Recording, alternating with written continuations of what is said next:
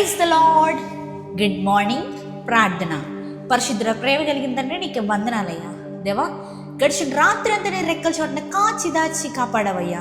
ఏ తెగులు మమ్మల్ని సమీపించకుండా నీ రెక్కల చోటన మమ్మల్ని కప్పవేసయ్యా. నీకే కోట్లాని వందనము చెల్లించుకుంటున్నాం తండ్రి.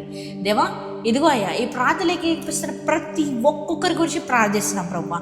మొట్టమొదటిగా ప్రభువా, ఈ ఉదయకాలపు సమయంలో లేచి ఇలా ఈ మొదటి గడి అప్పగించడానికి ఇచ్చిన ఈ భాగ్యాన్ని బట్టే నీకు కోట్లాది వందనలు చెల్లించుకుంటున్నాం తండ్రి. దేవా, ఈ మొదటి గడియను పరిశుద్ధపరిచినట్లే ఈ రోజంతా నీ పరిశుద్ధపరచమని అడుగుతున్నాం తండ్రి.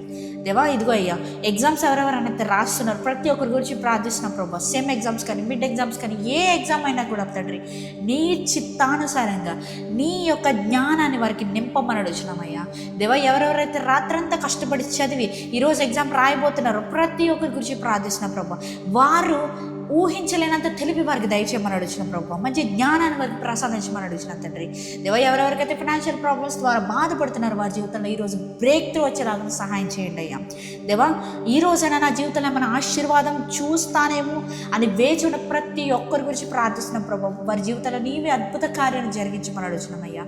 దేవా, గర్భఫలం కోసం ఎవరెవరైతే ప్రేయర్ రిక్వెస్ట్లు అడుగుతున్నా ప్రతి ఒక్కొక్క సిస్టర్ గురించి ప్రేయర్ చేస్తున్నామయ్యా. నీ చిత్తమైతే తండ్రి వారి గర్భాలు తెరవమని అడుగుతున్నామయ్యా.